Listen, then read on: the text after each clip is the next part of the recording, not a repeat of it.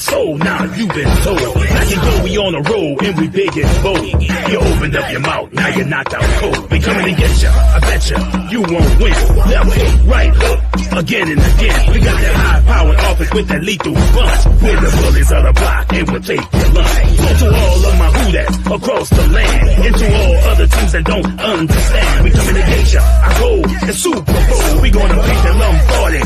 Black everybody, let's go. Saints fast and let's get for the black and gold. Now let's go. It's rainbow that any competition, yeah, we coming to get ya. Let's go. Saints fast and let's get for the black and gold. Now let's go.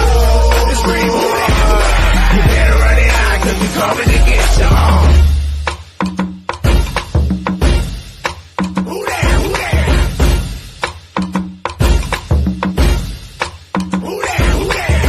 Saints plus soul equals Super Bowl. Welcome to another edition of Tell It Like It Is Sports Talk Podcast, where we don't sugarcoat shiznit, just real talk from real people. I'm Saint Superfan Soul Saint, one of your hosts, along with my partners in crime. First, from the land of our enemy, those dirty birds, my man in Atlanta, Georgia, David, the sports guru. Give it up. Who that nation? What's up, Louisiana Sports Nation? What's up? And last but not least, my homie, Mike, no filter, baby.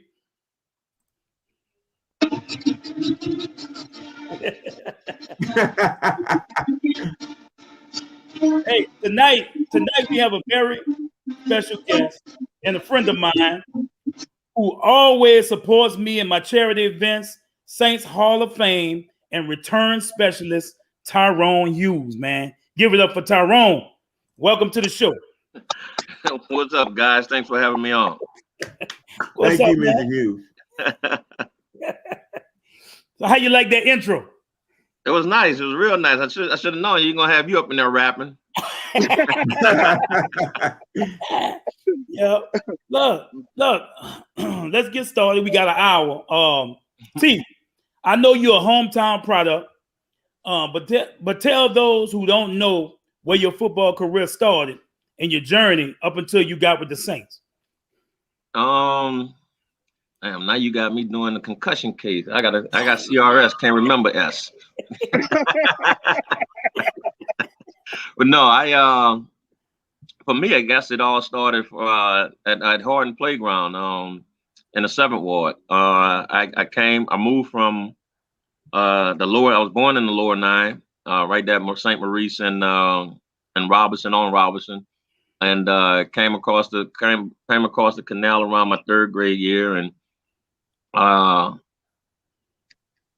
went to Epiphany Catholic School. Started off there, and Hardin Park was right around the corner, and I just happened to go around there one day, started playing ball, running around, and one of the coaches, I remember Leroy Hawkins, saw me and had me start playing ball, and of course that actually kept me off the streets because I played football, basketball, baseball, and ran track. And from there, I just kind of continued on.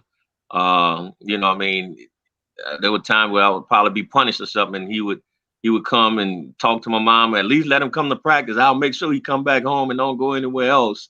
One of those type of coaches. So, I basically grew up at Hardin Park, where they had, Coach Larry, Laurent, Coach Johnson, like I say, Leroy Hawkins, Coach Gregory McGee.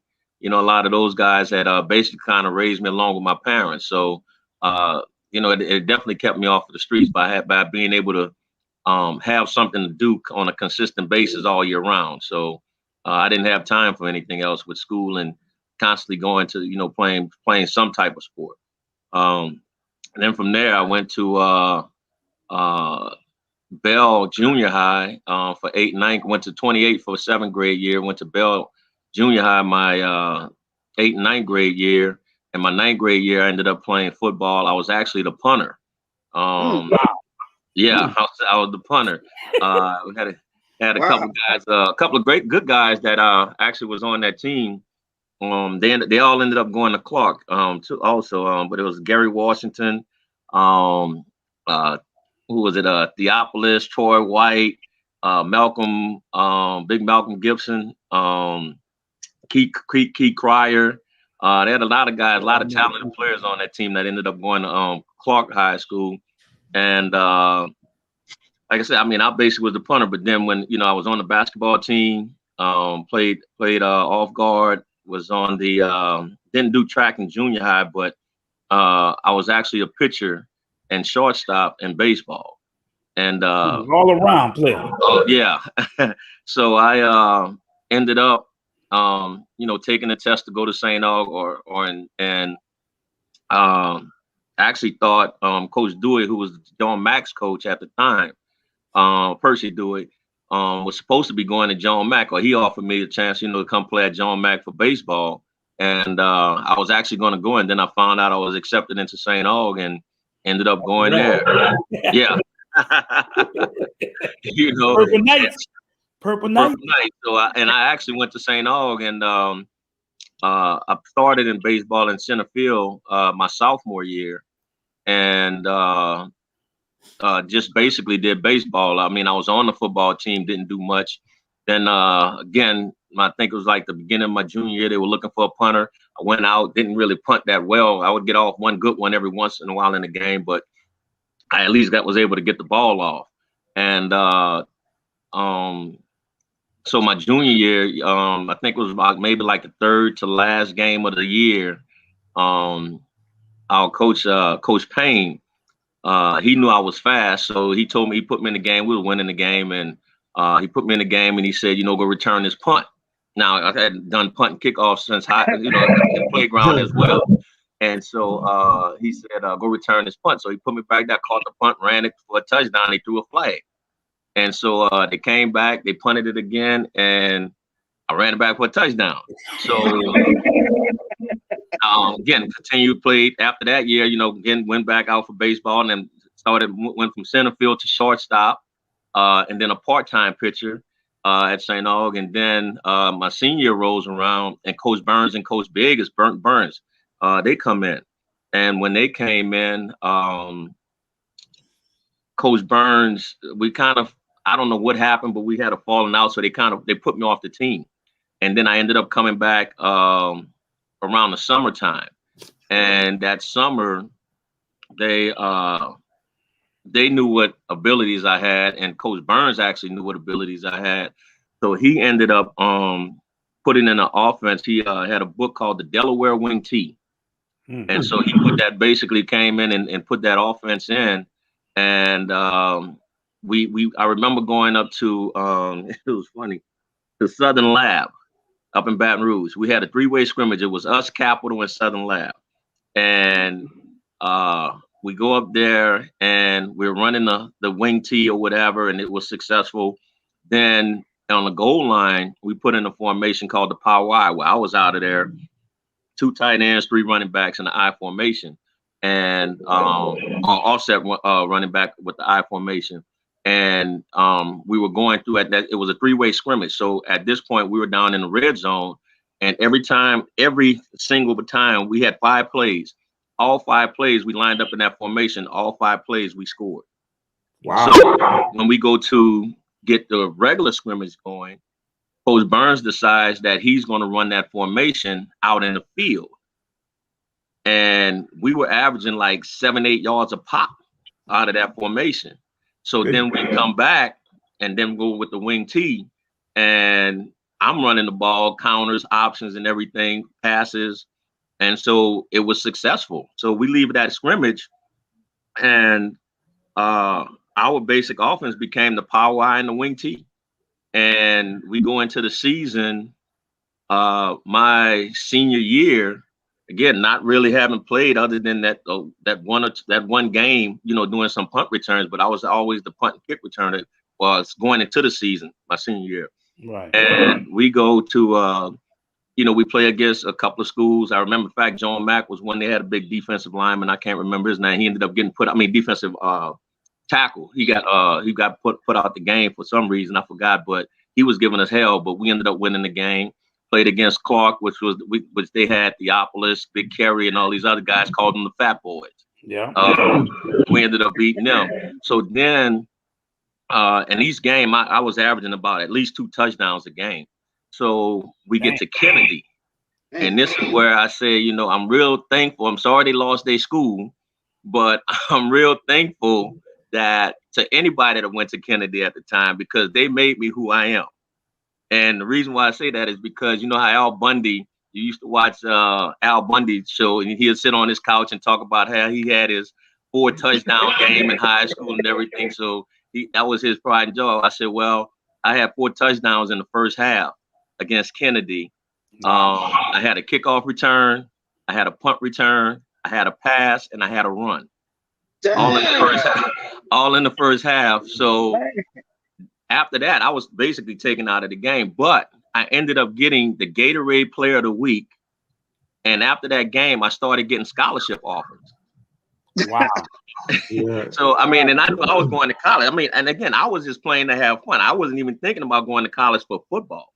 I was just out there having fun. So after that game, it became, hey, it was like the focus was on me now and our team. And we did it. We obviously we ran through the league or the district. That was the first time in a long time. Again, we're in the Catholic League, so we ran through the district. And when we got into the playoffs, we were the #1 team in the state. I think we were like 13th in the country. And one game we had, which went down as a game of the decade, we played against Jesuit. And if you guys remember, 1988, that was also an 87 season, school year. That was the year that they had the NFL strike. So they had, they had the scab teams. Guys, anybody, they were basically bringing anybody off the street, to play ball. And so they were saying that our offensive line could have played on the St. Scab team that year because we had our right tackle Jackie Rowan was 6'5", I want to say 285. Our right guard Chris Bowen was like 6'3", 260. Our center Larry, who was the smallest guy, but who actually ran everything on the offensive line, Larry might have been like 6'1", 6'2". Maybe 230, 240. Then we got to our next guard, Terry. Terry was 6'5", 275. And then we had Big Louis Age, who was 6'6", 295. Man, that's big for high school. Yeah, definitely. Even now, so right. And so we had a high-powered offense. I mean, going through this, once we get into the playoffs, we run the gamut. We have a final game, I think it was a quarterfinal game. We ended up going to Covington and ended up losing the game. We ain't gonna get into how we lost and why we lost and the big old shaft that got pulled out. How the big old shaft got pulled out on us, but it happened. And we ended up losing, but I ended up becoming the MVP of the state, offensive MVP of the state. So after that, of course, not wanting to just sit around, I went and joined our basketball team just so I could be on the team, get a district patch at least. We ended up going to the playoffs and losing in the playoffs on the basketball team, but I didn't play much because I was going a lot on on my recruiting trips. Right. So baseball, for basketball season's over, so now baseball is coming up and I'm playing baseball. And again, Coach Payne, who was my one of my teachers my senior year, kept wanting me to come run track. And I'm like, Coach, I'm not running track. I didn't want to run track. I'm playing baseball. So he says, in our classroom, we're in alphabetical order. So one of my best friends was Darren Hallwood. And so he said, and Hallwood was sitting right behind me. So he says, Hallwood, Tyrone don't run track. I'm going to fail you. Wow. and Hallwood was our starting point guard on our basketball team. Right. Basketball over now. So and is like, so he like, Coach, how you gonna do that? He said, Tyrone don't want to run track. He said, well, you better make sure you run track. He said, because I'm gonna fail you. So I ended up going out for the track team. went out there, kind of BS'd around with the guy because I was one of the fastest guys at the school. So, and coming off the football team, MVP of the state, my head big. But one thing I realized, that track a different beast. compared to football. I don't care how fast you're on that football field, that track is a different beast. Right. So I go out there for our first track meet. I mean, and these guys, I go out, we had a track meet at Tulane, and these guys are some of the top guys in the city, about to run the 100 and everything. So I come out there and they literally talking smack to me. I'm like, I don't even know y'all. Like, y'all didn't play ball or whatever. Y'all, this a different beast. You this, you that. You ain't nothing to us. And like, okay, cool. Oh yeah. So I'm like, okay, cool. We're about to find out. And I found out. Right. They put a chip on your shoulder. Yeah, but I found out it wasn't lying. I think I came in like fourth place. And but after that, I talked to Coach Payne. I said, I'm gonna be at practice tomorrow. And from that day on, I was at practice just about every day. So what we did was him and the baseball coach came up with a practice schedule for me where I would go to baseball a couple of days a week and I would go to baseball track practice a couple of days a week. And what was funny, we actually had one Saturday, we had a game, a track meet. We had a baseball game earlier in the day, and then we had a track meet that night. So I ended up going to the track meet. Going to the baseball game, playing the baseball game. We won the baseball game, and then I had to drive over to Tulane and ended up running the track meet. And I want to say, I don't know if it was district or not, but I ended up winning the track meet or winning the 100 in that situation. But in the meantime, I was running the 100. Then of course he put me on the 4x1 relay. Now, we go to practice or what have you, and I'm like, okay, cool, no problem. So then it became where you're on the 4x2 relay. So I'm like, okay, I'm good with that. We got some other fast guys on the team. They ain't got to carry the load or whatever. We doing good. So then all of a sudden it became, we want you to run the 4x4. I'm like, hell no. I'm like, hell no, I ain't doing it. He like, T, we need to get all. He said, I need to switch it up. This Coach Payne, I need to switch it up, and we want to put all these sprinters on the 4x4 relay. I think we can do pretty good. Now I'm watching as I'm at practice, the 4x4 guys work out. I felt sorry for him. I'm like, I ain't gonna never do that workout. No way possible. So we had a track meet at Strawberry Stadium. What's that? Southeastern. Southeastern. We had it was strawberry relays, and I won the 100, the 4x1, and the 4x2. And in order for me to get the best trackman award, I had to run another race. And the only race left was the last race of the night, the 4x4. So I'm sitting in it on the bench like, I ain't doing the hell with that trackman award. I ain't about to go run 4x4. So all my boys like, T, you got to do it. You got to do it. He said, the rest of them are going to win. We at least get second. You'll still get the best trackman award. So, and my coaches, again, they've been wanting me to do it. And both of them, after later on, I found out they both were like, we knew if you were the competitor we thought we weren't going to ask you. We knew we were going to let you come to us. And so eventually I got up and I went to talk to them. I said, okay, put me on the 4x4. So they put me on the first leg. I ran it. They told me how to run it. I ran it. And I ended up running a 50-point scratch, which was like the fastest at that time, because this was still early in the year.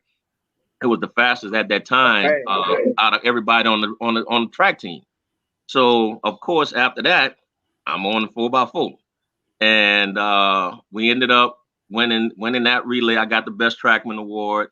We go on to state. We ended up winning the district, or tied, winning the district, tied in regionals with Covington, got the shaft again, and go to state. And we had to win in order to get state run up. There was another school, I think it was Franklin, not Franklin or Franklinton. Franklinton. But one of the guys, because we went there with the most people, so we were supposed to be the favorites. But they had, and I keep saying Wilbert Marshall. I don't think it was Wilbert Marshall, but it was one of the line. I want to say either with the Redskins or the New York Giants. big lineman that they had. He was from Louisiana, and his brother, who looked just like him, looked like he played in the NFL, as big as he was, but he won the shot put, the discus, and the javelin by himself. So typically when you go to state, that's going, you get 30, 40 points. That's it. That's all you need. You win. Right. So he won that by himself on the field event. And we ended up losing the 4x2, but we won the 4x1 and we won the 4x4 and ended up the state run up. So after that, of course, get drafted, going to Nebraska, all of that. Yeah, how you end up, what dude from New Orleans way up in Nebraska? Well, like I tell everybody, they had a great recruiter by the name of Jack Pierce. It wasn't Tom Osborne. It wasn't my position coach, Ron Brown. They had a great recruiter named Jack Pierce. Jack could go up and anybody. Jack was this white Don Johnson, white blonde hair recruiter that was going to come up in there in your house, no matter where you was at in the projects, whatever, in the hood, didn't have a problem talking to your parents or anybody else and made you feel comfortable. And he sold Nebraska on you. So at the time, it actually came down to Nebraska and LSU. And so in fact, at the time, Robbie Green, who played at Shaw at the time, he and I went to took a trip the same weekend up to LSU, and it just and I remember my dad. He used to work at they used to have what was the car dealership right down the corner of Calverton and Tulane, Gerard Chevrolet. It's a furniture store now, but it was Gerard Chevrolet right at the corner. Yeah. And so he was working there, and I walked up in there one day, and they had a big old sign up in there saying Hodson to Hughes, because Tommy Hodson was still the quarterback at the time, and Wendell Davis and Roger McGee were leaving. And so they wanted me to come up there and replace them. But like I said, my mom wanted me to go to Nebraska. My dad wanted me to go to LSU. And at the end of the day, mom won out. So Nebraska did it. And that was a big controversy as well, because that was 1980. So basically 87, 88, 87 football, fall of 87, 88 school year. I ended up going to Nebraska, the MVP of the state, offensive MVP of the state. The year before, Mickey Joseph, who was the offensive MVP of the state, and Reggie Cooper, who was the defensive MVP of the state, both went to Nebraska.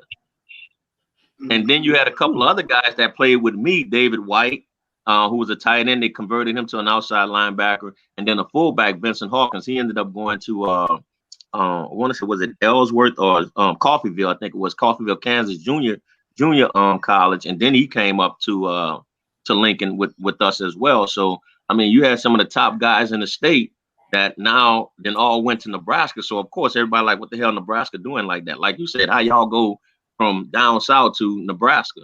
And again, it was Jack Pierce. He was a great recruiter. Jack got guys from New Orleans, Texas, Florida, California, and it's amazing. Like you're saying, how do you go and end up in that cold climate? But, we were the Big Eight back then. It was always Nebraska and Oklahoma rivalry. The Big Eight back then was like the SEC now. Right. And that's what it was about. So I ended up going there, played as a wingback, but back then we were doing more blocking and running the ball. It was still all about the I-backs then. And then in my junior year, they moved me to split end, which we started throwing the ball a little bit more. Going into I think it was like maybe the fifth or sixth game, back then it was Oklahoma and Colorado. They had beaten us 2 years prior, and then we ended up beating them the last 2 years for the Big Eight championship.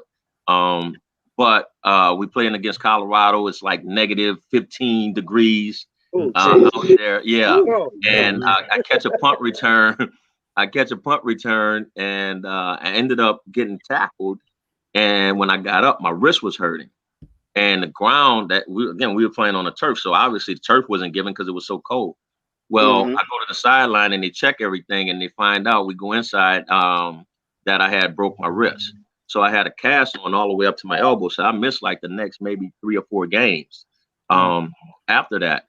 So finally, the last game, again, the Oklahoma game, they cut the cast from off of my elbow down to, you know, kind of midway to where at least I could bend my arm. And so I go I didn't play on the offensive side, but I was able to do kickoff returns. I didn't do punt returns, but I did kickoff returns because the thought process was, well, if you drop the ball, you got time to pick it up. Couldn't do that on a punt. So I had a great coming out the second half. We opened up with about a 30 or 40 yard kickoff return that I had in the game, and you know, kind of gave us the momentum. We went on to win the game, and we were going to the Orange Bowl to play against Miami Hurricane at the time. Yeah. So in fact, I'm one of the ones on they 30 for 30. Oh man! if you watch that 30 for 30, that one Orange Bowl against Nebraska, somebody running the kickoff back and get blasted. Yeah, that was me. So you basically you had a pretty good career. You know, we're gonna fast forward a little bit to when you got drafted by them Saints. You know, well, I get coming out of college. That game, going into the bowl game, going back just a little bit, I played defensive back because I went to Coach Osborne like, look, I don't want to play. I don't want to sit on the bench and just do kickoffs. It's the bowl game. It's national television. It's my junior year. So I go to our defensive back coach and I'm like, Coach D, you know, let me play on the defense because at the time they had Horace Copeland, Lamar Thomas, 2 7-foot high jumpers. 6'6", 6'4", 6'6", something like that. And then they had about a 5'4", 5'5" short receiver by the name of Kevin Smith, who was like a 4'2", 40 runner. So I ended up having to cover him the whole game. And so after that game, I did okay, didn't do great. We ended up losing the game. So when the spring rolls around my senior year, I go to Coach Osborne and say, hey, Coach, why don't you let me play both ways? And he's like, well, Ty, you know, Coach Osborne is this philosopher about it because he has a doctorate in psychology. But he's like, well, Ty, if you play both ways, you're only going to be a 75% player. I'm like, well, my 75 better than some of the 100 we got over there. So, so he said, he told me, get out of here and go back on the offensive side of the ball. Well, that year, my senior year, Kansas, Oklahoma, Colorado, everybody in the Big 8 started throwing. Everybody got away from the option except us. And so everybody started throwing the ball. So now they're coming to me during the season. Hey, we want you to play on the defensive side of the ball. Well, when I asked you that back in the spring, when I could have been learning everything, y'all said it wasn't a good idea. Now all of a sudden, y'all want to be out there with the dog. Right. So I played in about 5 games both ways. So at the end of the year, we go to, I go do all of this working out, go to the combine, and I ran like a 4.5 40 or something at the combine. Turf was slow, all of that. Everybody knew it, but it wasn't a good performance. So when we have our pro day, we had about scouts from about 16 teams came in, and I come in, we getting ready to do our pro day, and I go to the training room. I'm like, hey, George, our trainer, I'm feeling bad. I don't feel good. Can you, check me out? So when they checked me out, I had a temperature of 102. Oh my God. So George was like, well, look, I can hold you out of everything, but you got to run your 40. He said, because everybody knew that I'm not no 4.5 runner. So he said, you got to run your 40. So what they did was they brought us all down in the corner, all of the guys that was going into the draft. They brought us all down in the corner. Now, keep in mind, preseason, before the season even started my senior year, coming from my junior year, I had ran a 4.29. So going into my senior year, I was like top 5 preseason pick. And then going into the season, again, playing both ways, not playing a lot on the offensive side of the ball, playing sparingly on the defensive side of the ball. And all of a sudden, nobody knows where to play me. So anyway, we go for our pro day, and everybody was running their 40s. You get to run 2 of them. After each one, they were giving the guys their times. So I ran my first one, and they called me over. They say, let us check your shoes. And so I'm like, what's wrong? They just wanted to make sure we didn't have no spikes or cleats on or anything like that. So I'm like, what's the problem? Just let us check your shoes. So I'll say, okay, fine. I said, what was my time? They didn't give it to me. So then I go back and run my second one. Ran the second one. I asked for my time. They didn't give it to me. So I go to Coach Brown, my position coach. I said, Coach, I don't know what's going on. What happened? They checked my shoes and all of this other stuff, but now they don't want to give me my time. So Coach Brown go over and ask him. They didn't give it to him. I go to Coach Osborne. Coach Osborne goes over and asks him. They were like, Coach, whoever ain't here ain't getting it from us. So I'm like, well, what does that mean? So I go call my agent, Harold Lewis, at the time, and I say, Harold, I don't know what's going on. They checking my shoes. They think something's happening with me, but they don't want to give me my time. So he said, I'll call you back. So he called me back about 20 minutes later, and he said, you ran a 4.31 and a 4.35. He said, well, I thought you said you were sick. I said, that's why I ran a 4.31 and a 4.35.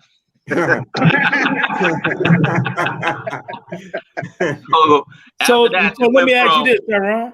Yeah. So on a healthy day, what would you run? I'd have probably been under 4.2, under 4.3, so sub 4.2. I mean, high 4.2, 4.28, 4.29, somewhere up in there. Woo, that's fast. That's flying. So I go to after that. So draft comes around. So now it went from okay, he's projected first to third round to where now I'm all of a sudden being drafted in the 5th round. And when I came home, I actually went and worked out for the Saints, and they worked me out as a receiver and they worked me out as a defensive back. And Jim Moore Jr., which I already knew they needed a punt and kick returner. So that was always something I knew I could do. But at the time, they definitely needed a punt and kick returner. And so Jim Moore Jr. liked me, but he wanted me as a defensive back.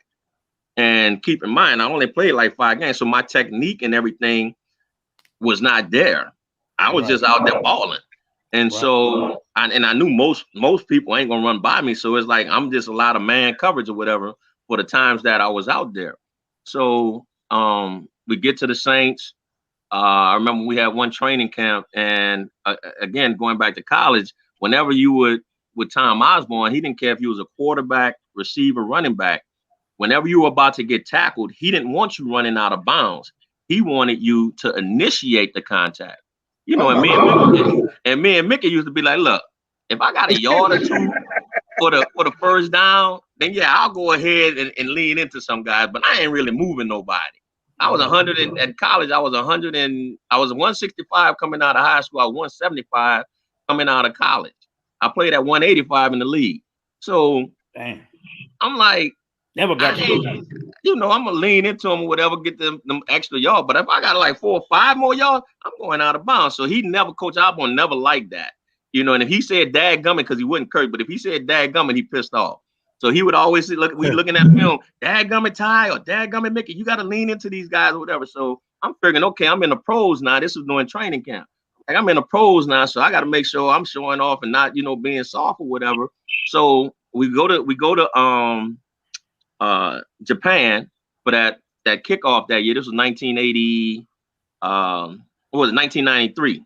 So we go to Japan for that kickoff, or the preseason kickoff on Coca-Cola Bowl or something bowl, whatever it was. And I had a punt return in that game for a touchdown. That was the first time I muffed a punt in a game. And so, you know, question was still up in the air because it was still preseason whether or not I was going to make the team. And so after that, I ended up getting the MVP of that game for that one return. And the prize for the game was 2 first-class tickets to Hawaii. So I'm like, okay, fine. So we get back, and I ended up making, because that was the last cuts or whatever, I ended up making the team. And that same week, we were going through practice, and the ball's rolling on the ground. I pick it up, and the guys are coming at me, and I'm running, and I lean into them. And they blast me out of bounds. So Joe Marciano, who was the special teams coach at the time, he comes over hollering, screaming, cussing me out. What the F are you doing? You don't take that hit. You get your tail out of bounds and blah, blah, blah. And I'm like, wait a minute, you want me to go out of bounds? I said, Coach, well, I was at Nebraska. Coach Osborne wanted us to initiate the contact. He said, son, let me explain something to you. At Nebraska, y'all had about 100 players. He said, here, you it. Like, we ain't got no backups, so ain't care if you got hurt or not. No, here you is. So don't take that hit and get your butt out of bounds. And you ain't have to tell me again. I'm like, okay, cool. We good with it. I ain't have no problems from then on. So of course, I go through the rest of the season. I ended up with what was it, two punt returns and a kickoff return. Ended up going to the Pro Bowl my rookie year, which again was in Hawaii. So I took those two tickets, those two first class tickets, converted them to like 4 coach tickets, and brought the family along. So it ended up being great. And then my second year, I come back, which I don't know what happened or why, but I ended up having, I want to say that was the most I've ever fumbled the ball. Not necessarily muff, but actual fumble in my life. And I want to say I had like 7 fumbles that year, and I think I may have lost like 4 of them. So again, I didn't know what was going on with that. We know it turned out to be one of the great returners for the New Orleans Saints, man. When we talk about great Saints returners, we know you and Michael Lewis are respectfully the top 2. You had the franchise record for all-time return yards until Michael broke it by 200-some yards. Wasn't much, but you got an NFL record that still stands today for most return yards in a single game. Can we look at that, Dave? Can we look at that? Bring my boy back and let him relive this. All right. Oh yeah, he gonna like this. He gonna love this. Them afterburners, man. He got them afterburners. I say, ooh wee.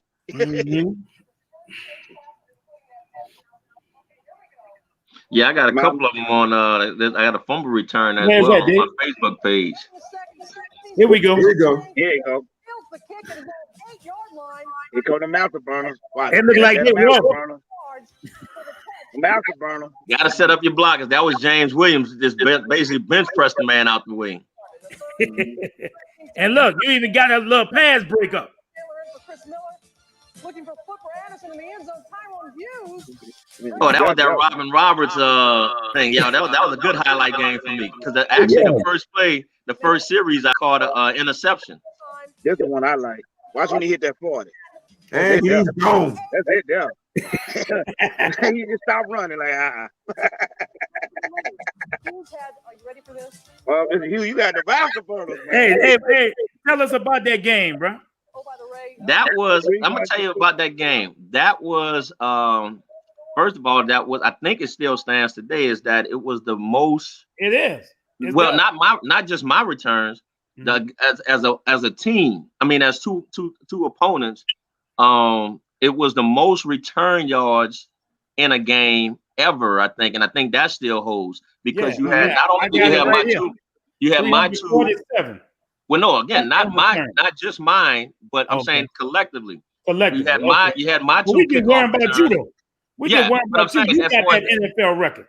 Yeah, but I'm saying as a whole in that game, because of the returns that they had, I had my 2 returns. Then also when you look at that game, you see Toby Wright got off from under his knee, which we still don't know how he wasn't called down, but he ran a 99-yard fumble return back. Toby Wright, he had that when he see Big Willie Rofe and Cooper chasing him. And then you had a 109-yard punt return where Bailey picks the ball up out of the end zone, because back then you actually had to down the ball. You had to down the ball in the end zone. So the ball was just rolling around in the end zone. You got people coming on the field, people going off. He picks it up out the back of the end zone and starts hauling tail down the field. Right, I saw that. Through guys. And they ended up giving a touchdown. So it was like a 109-yard touchdown return. So I think between the 4 of us, it was like an NFL record for most return yards in a game by 2 teams. So y'all probably had more return yards than the offense had. Oh, we probably did, because not only that, which I was, and I didn't have it. It was on film, but when we went back after that game, we went back and watched the film. I had another punt return where I went one way, kind of spent out, and was about to go and hit that afterburner, and the guy basically just dove and tripped my foot up. And when we looked at that film after the next day, it was like, oh my God, there was nobody over there. I'd have had 3 touchdowns in one game. Wow. Hey, see, you might not know this, but it's ironic that out of the top 5 greatest return games, 3 of the guys were Saints. Second to you was Ted Ginn. he had a 299-yard game when he was with Miami. And Chad Morton is fourth. He had a 278-yard game with the Jets. You number one. But they were second and fourth. Okay. Nah, I didn't know that. All right, I didn't know that. I ain't know that.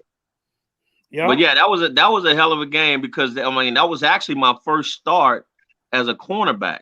I've always started at nickel and dime, on third down, from my second year on.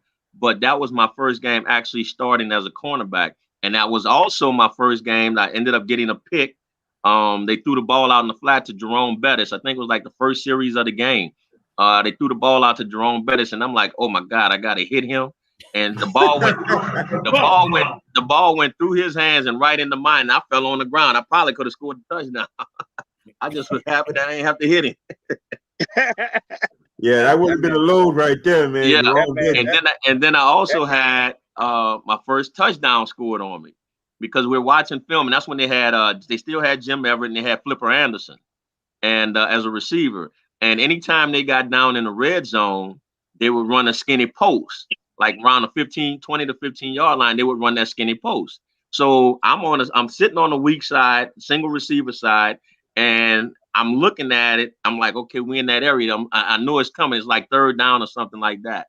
And he's running. And I'm like, ooh, he's running it. And I just shot across his face.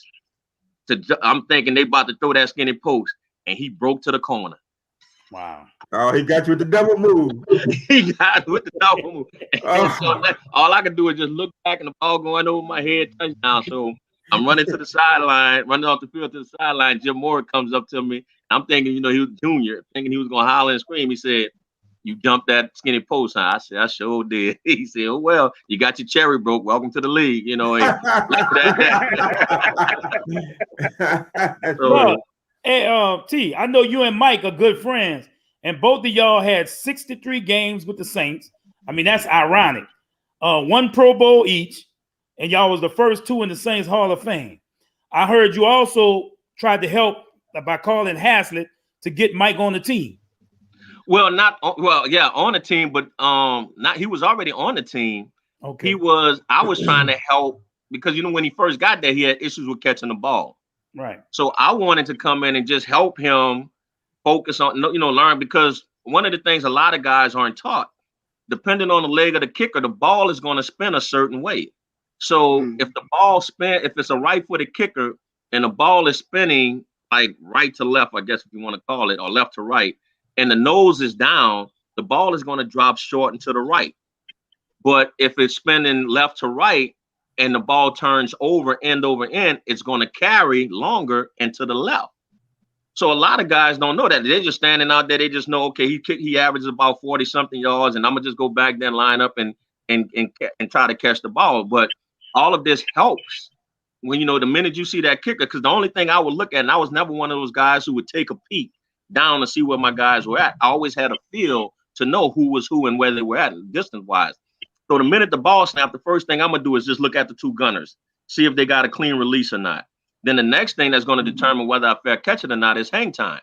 So if I don't get a good hang time and I see they hadn't gotten a good release, I know I don't need to look down. I'm gonna go ahead and catch the ball. And I don't need to fair catch it. But also knowing the spin or the rotation of the ball, I can jump and get to my spot or where it's going before it actually gets there, I guess, if you want to say. So that was something that I knew maybe he didn't understand or possibly, may not have known. So I just wanted to go over there and work with him, but they were like, no, he's fine. I remember Haslett even saying one time, he's like, well, damn, can somebody else catch the ball and just give it to him? Because he was so fast.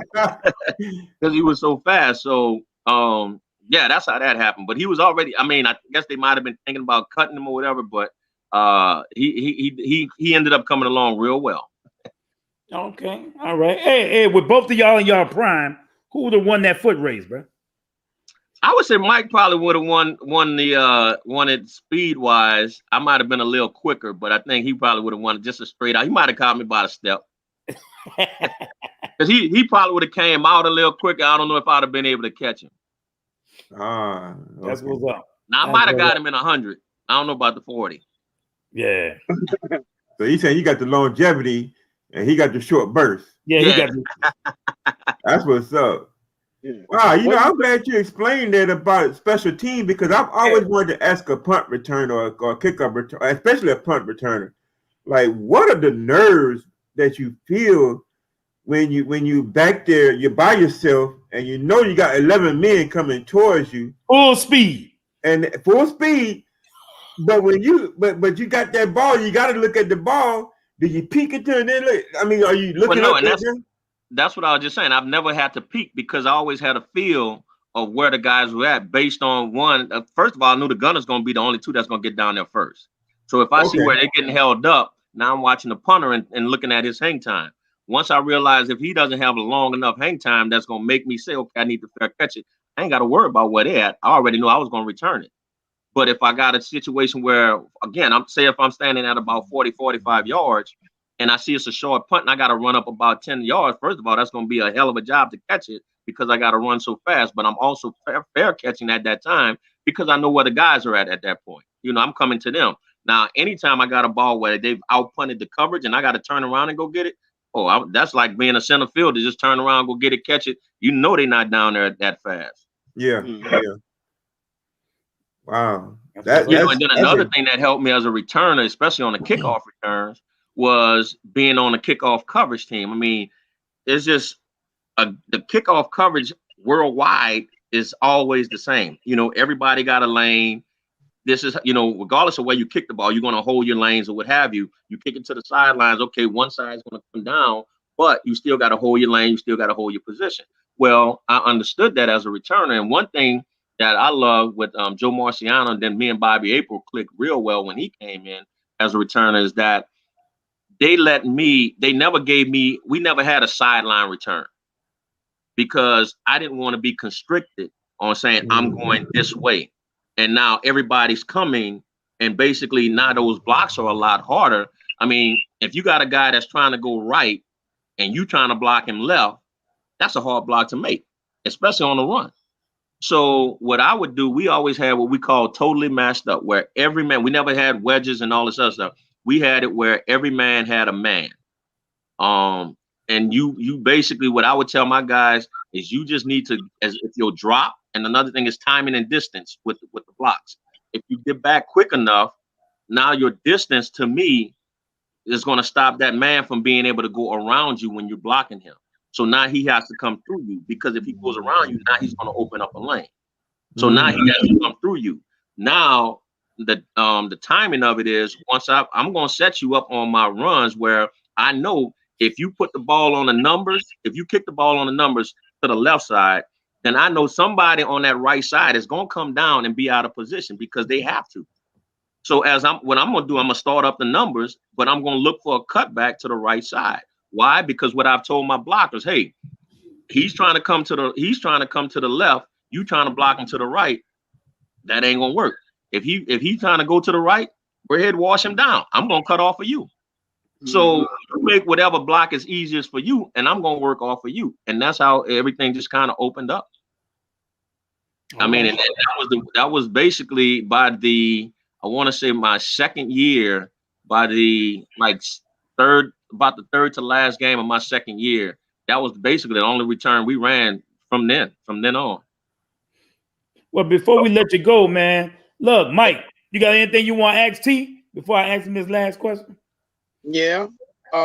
What do you think about the return specialist Deontay Harris on the team right now? Yeah. To be honest, he kind of reminds me of me. Just not as I think I was faster. I think I was faster and he's quicker. But what I'm saying is the sense that, he made it to the Pro Bowl his rookie year. He had a couple of touchdowns or whatever. He just stays hurt a lot. If he can get over that, I would love to go over there and work with him, because the way they have these kickoff returns set up now, he could have a field day on kickoff returns. And I don't understand how a lot of guys aren't having big returns the way they have it set up. But I do understand it has a lot to do with those front guys being able to get back fast enough, because again, your coverage guys, they're not getting that running start anymore. They got to wait till the ball is actually kicked and they're taking off.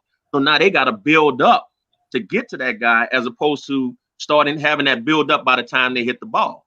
Right. So as a kickoff return, the blockers, once that ball is kicked, you ought to be able to get back and get enough or have the distance to where now that guy can't go around you. And just, I think a lot of it also has to do is understanding who you're blocking.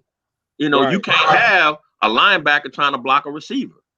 You know, match that, find that matchup across the board and say, hey, look, okay, well, receiver, you block receiver, linebacker, you block linebacker. But again, it still comes down to distance and timing of him catching the ball and them guys having that spacing to where he can set up his block. But I love him. I mean, he's a hell of a guy. He's exciting. They got him on the offensive side, which was one of the things that I wanted to do when I got to the NFL, is be back on the offensive side of the ball. Jim Moore and them did it. I think it was my third year. They put me in on like a reverse or something in the Minnesota game. But before that, you know, it was a situation of everybody, you know, especially my second year, you know, they were like, well, Eric Martin was gone. You know, we had Quinn early. I don't know if we had Michael Haynes yet. But they were like, well, Tyrone's one of the fastest guys on the team. Why don't y'all use him as a receiver? You know, and this is how back then, you know, when you say, you know, it's not all about the team, you know, it's about politics and all this other stuff. But some of the things that the general managers or the coaches would say to try to justify why they're not doing something with a player, you know, even though it may help the team, we don't want to do it. So I'm going to say this, regardless of how stupid it may sound, I'm going to say this to justify why we're not doing it. So the news media was like, look, Tyrone's one of the fastest guys on your team. And why don't y'all use him at receiver? Again, I wasn't really playing that much. So Jim Morris says, well, we don't feel he can catch good enough. Okay, but think about that. This is your head coach. We don't think so. The news media comes to me like, well, Tyrone, Coach Morris say they don't feel you can catch good enough. I said, well, let me ask you this: why am I the starting punt and kick returner? Exactly. Literally, think about that. I'm the starting punt. If I drop a pass, that's incomplete. If I drop a punt or a kickoff, and it's a lot harder. Thank you.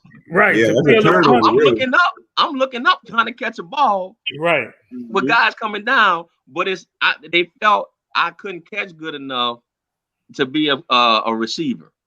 Wow. But you're gonna stick me back here to be your starting punt and kick return. Again, just so you think, stuff that so you think you would have been better off as a receiver than a defensive back?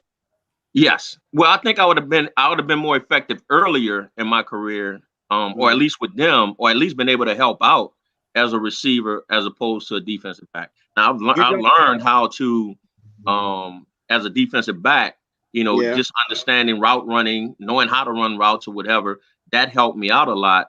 But I think I would have been more effective for them on the offensive side of the ball earlier in my career, and really being able to play both sides. Because again, I was a nickel and dime guy. I think I may have had maybe three or four touchdowns caught on me, the entire 4 years or something like that. And what was another crazy part about it was my last year when they brought in Alex Molden. You know, they brought him in and kind of tried to replace me. But every time we got in the big games, it was like, okay, you starting. So, and one of the things that I realized was every time we played against some of the top teams, other than Jerry Rice, I had to cover the main receiver, where it was Chris Carter playing in the slot against Minnesota. The man with the hand, boy. Oh, and everybody talk about Jerry and Randy Moss and all. I say, dude, what y'all feel about Chris Carter? To me, Chris Carter was the best receiver in the NFL, but he just wasn't on. He didn't get as many passes as Jerry, you know, with that type of offense they had. But Chris Carter, I mean, he hands. Oh my God! And using his body, he reminded me of Eric Martin, just faster. And I heard that. Is it true that he didn't wear gloves? If I'm not mistaken, no, he didn't. Right. I don't. Oh wow. Not that I think. I don't think he did. And then you had, whenever we would play against the Falcons, I had to cover 1 year. When they had the run and shoot. 1 year I had to cover Terrence Mathis, who was leading the league in receptions with like over 100 yards, 100 receptions by the time we played him. I had to cover him. He didn't catch a pass. Then the following year, it was Terrence Mathis, or when they had Ironhead, they put Ironhead in the backfield and they moved Eric Metcalf out to the slot. So Mathis would go on the other side and I'd have to cover Eric Metcalf. And Metcalf was leading the league with as far as running backs coming out of the backfield with reception, and I had to cover him, and he didn't catch a pass on. So did you have to cover Jerry Rice or either what's the Cowboy name? Cowboy wide receiver. Like Irvin. Irvin, yeah. We didn't play. If I'm not mistaken, I don't think we ever played the Cowboys when I was there. Not that I can remember. I don't think we played the Cowboys, but I did have to cover Jerry Rice one play in the game, and he ran like about an 18-yard comeback to the sideline, and Steve Young threw it, and I saw him coming out his break, and I came out the break with him, and Steve Young threw that ball. It was about a yard out of bounds, about 2 feet off the ground, and he laid out and caught it. Kept his feet in the game. Kept his feet in. I'm laying on top of him. I'm like, and then I go watch the game on TV, and John Madden's like, Tyrone Hughes done everything he could and couldn't help that one. But I mean, again, he was a great receiver and a great. I would say Jerry Rice was probably one of the best route runners I've seen. And everybody used to talk about he wasn't fast. No, he wasn't 40 times fast, but he could catch a 6-yard hit, a 6-yard slant and take it to the house because he had football speed. Right. And I tell him, I said, you could probably count on one hand how many times in his career he went deep, just like a straight go route. He ain't running deep. He wasn't going. Kind of like Michael Thomas. He ain't going deep, but you still got to stop him. Jerry Rice had a quick 0 to 60. He could get to full speed quicker than anybody. Did he? Yes, indeed. But that was some of the that was probably, like I said, Jerry I think was probably the best route runner. Chris Carter had the best hands. Yeah, Chris Carter catch everything. T, we got to ask you the state of the Saints, bro. Drew Brees, retire, bye, Jameis Winston a man, Taysom Hill a man. What you say? I say Drew should retire. And the reason why I say that, because I don't know how bad his shoulder is, since his wife said his shoulder was hurting or whatever. But the reals more so than anything, to come back from that, he might be okay. But again, I mean, Drew's arm has been shot for like the last 6 or 7 years. But when you look at the Saints offense, they have never really been, I'm just saying, they've never really been a throwing the ball down the field team. I mean, even when you look at the Super Bowl year, when they had Devery Henderson and Meacham, they didn't throw the ball that deep. I mean, deep to him that often. They had the speed. They had the speed, but they didn't throw it to him deep that often. So that was one of the problems that they had. Is I mean, that's been their offense, and I'm surprised that teams are just now figuring out, it ain't throwing the ball deep. Sit on this and sit on that. I mean, you could have played the Saints like that forever. Yeah, because that's not Sean Payton's offense. It's a West Coast offense. It's quick slant, quick hitches. Get the ball out the quarterback hand into your player's hand. And then even when you look at the Super Bowl year, it was Colston, Lance Moore, and Reggie Bush. That was the offense. I mean, you had Devery and Meacham on the outside, but those 3 interior guys were the main receivers. And then Jimmy Graham ended up coming in there later on, and that became his guy. And that's why I was really surprised that they got rid of Cook. I hated to see him go. You hated to see him go? Oh, yeah. I think some of us beg to differ. Why is that? I mean, first of all, he was Drew Brees again.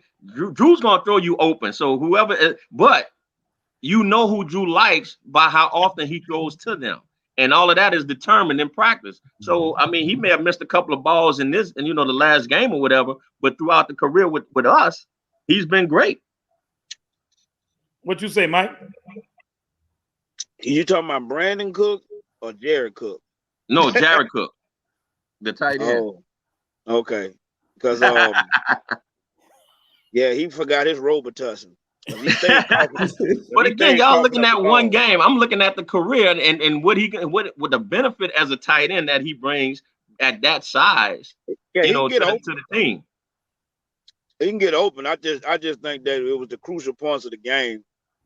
Because I said, he'll mark man for death. In that game against Tampa Bay, in that playoff game, and we were seizing the momentum. We was already up by a touchdown, and we was on there driving, about to get ready to score. And at that point in the game, when he caught the pass, and got in the middle and got stripped. Yeah, because he looked the wrong side. Like, the dude was on the right side. He looking over to the left. I just said, oh, Lord. And they got him. I said, oh, man. I said he marked man for death. But I thought as a benefit to any tight end, that's why I really thought when Graham went to Seattle, when he went to Seattle, I thought their offense was going to thrive because he's going to be a big plus for Russell Wilson. Again, they didn't use him. So you said Drew should retire, T. So who's our quarterback, man? James? I say he should retire. And again, like I said, I think it's just time that they bring another quarterback in to get started. But whoever they bring in, as a fan, you're going to have to understand it's going to take you about another 2 to 3 years before you possibly get back to just the playoffs. Because they got to learn the system. They got to, they don't know what Drew knows. And that's what made him so effective. You look at guys like him, Tom Brady, Ben Roethlisberger, Aaron Rodgers. I mean, these guys saw everything there is to see. So they already know when they go where to go with the ball within the offense. You bring in even with Russell Wilson, he's still kind of, he's still young enough where he's still learning, but he's kind of picked up some things, get a little bit older. But you talk about just Deshaun Watson, a lot of these guys are young and they're athletic, but they're not, they can't sit in that pocket and just pick you apart. So they're going to have to have the athletes around them as well to try to help them out as quarterbacks. Whereas with Drew, you don't have to be an athlete. You just got to run your route. Something telling me you don't like J-Bo because you ain't talked about him yet. Who? You. Like who? J-Bo, Jameis Winston. Oh, I love Jameis. I love it. If they're going to give him the opportunity. But he still got to learn too. I mean, he came in, I thought he did an excellent job that first game when Drew first went out. He came in, he drove him down the field, but then they stalled in the red zone. Right. And I think that was a product of just Sean Payton's play calling. But I think looking at him control that huddle the way he did, it really impressed me that he learned that quickly, the offense. But then when you turn around and look and say, well, now, what happened? They started the Taysom deal and all this other stuff. Some people say he ended up having COVID. That's why he was out or whatever and all this other stuff. So I don't know what happened.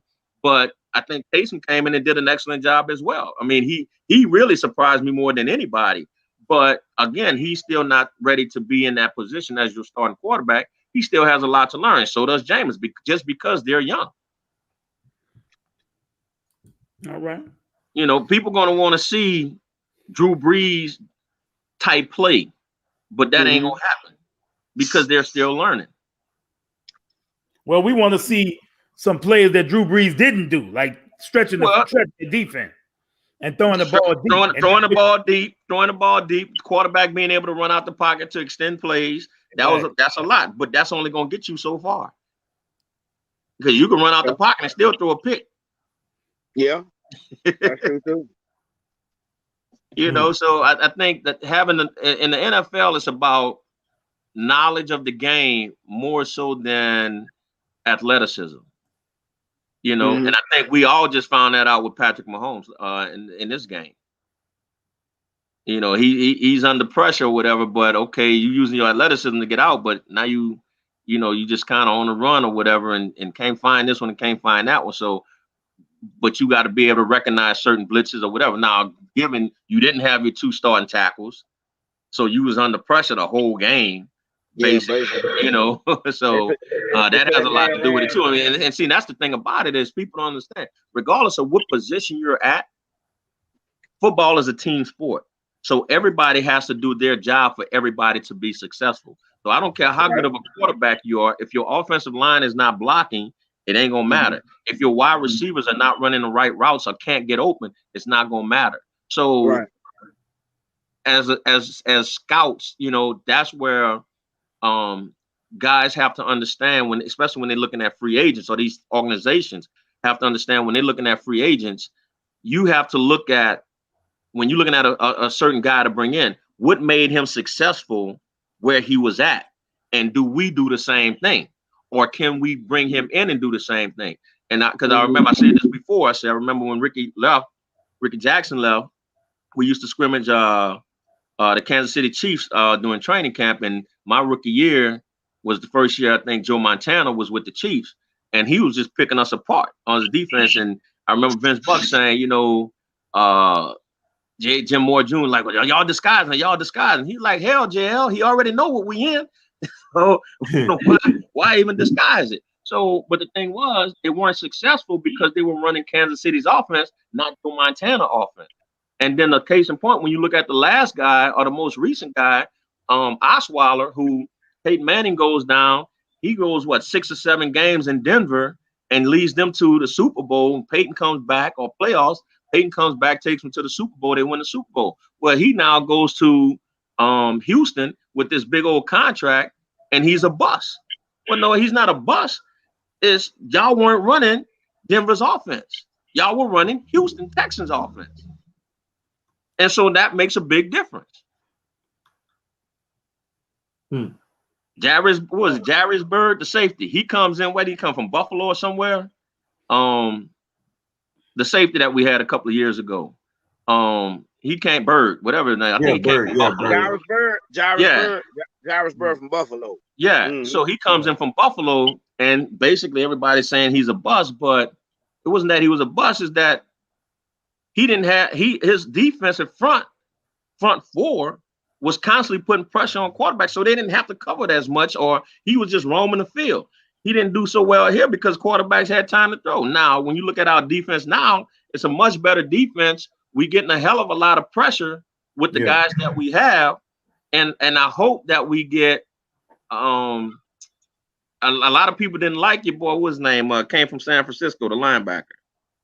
Quan Alexander. Everybody, a lot of people didn't like him, but I loved him because I thought him and the Mario Davis played well together.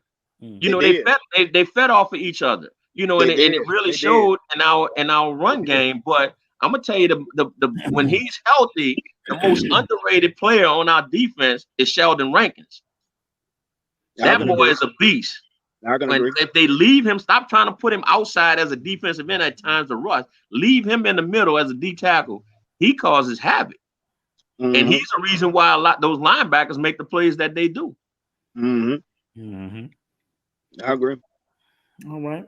Well, Dan, thank you for this football knowledge, man. I knew you had it when you was on the Who That podcast. We brought you in. Yeah, man. It was over there at the Thank bar. you very much. I got one of my Facebook guys. He said my football intelligence has improved listening to this brother. Well, thank you. Yeah, same here. Especially about special teams, how he broke it down by special teams, how the ball bounced and all that other stuff. I mean, I would never know that, man. Me neither. Well, again, it's just something. Everybody's just looking at the ball, but it's just things that will help you to get a jump on the ball. You know, and that every little second counts. Yeah, that little split second does matter. It really does. Hey, before we let you go, T, tell us something about you that nobody know. Oh, hell. That's why they don't know. That's why they don't know. He put you on the spot with that one. Yeah, like that's why they don't know. I don't know. Look, you might like to jump out of airplanes or something. No, I'm sitting at home waiting on disability. Look, that Social Security. Say that. Yeah. Fighting with them. So what you doing now, T? Would you like to promote anything? I promote. I'm the ultimate promoter, I guess, if you want to say, of products. Right now, I have working with a company that I'm promoting. Their have a 24/7 disinfectant. It's no chemicals, no sprays. It goes into your air conditioned ducts, and if you can imagine when you're taking a shower, how the steam settles on your walls and your surfaces and the floors and everything, the countertops. That's basically what this unit is doing, except for you don't have the mist. There is no chemical, it's a dry air. But what happens is there's these light units that go into the air conditioned ducts and it oxidizes the air, basically turn it into like a peroxide. But again, you don't see it. So as long as the air is blowing, and this is why we're trying to get it to the mayor to say, hey, look, if restaurants and bars had this product, then they should be able to operate at a minimum of 75% capacity, because right now, when you have to walk into a building with a mask on, or a restaurant or a bar with a mask on, but the minute you get in there, everybody takes them off. So you sit down or you walk to the bathroom, nobody has a mask on, they're talking, everything's going up in the air and all of this other stuff, but there's no disinfecting going on while people are there. So when you have UV lights or you have the sprays or the lawn blower coming in there, people can't be around those chemicals when it's going on. So we call that periodical. which means it's only periodical or at that time that it's being disinfected. So when people come in and sit down again, it's contaminated. Whereas with our unit, you don't have to worry about the food, you don't have to worry about the people. As long as the air is blowing, it's disinfecting on a continuous basis.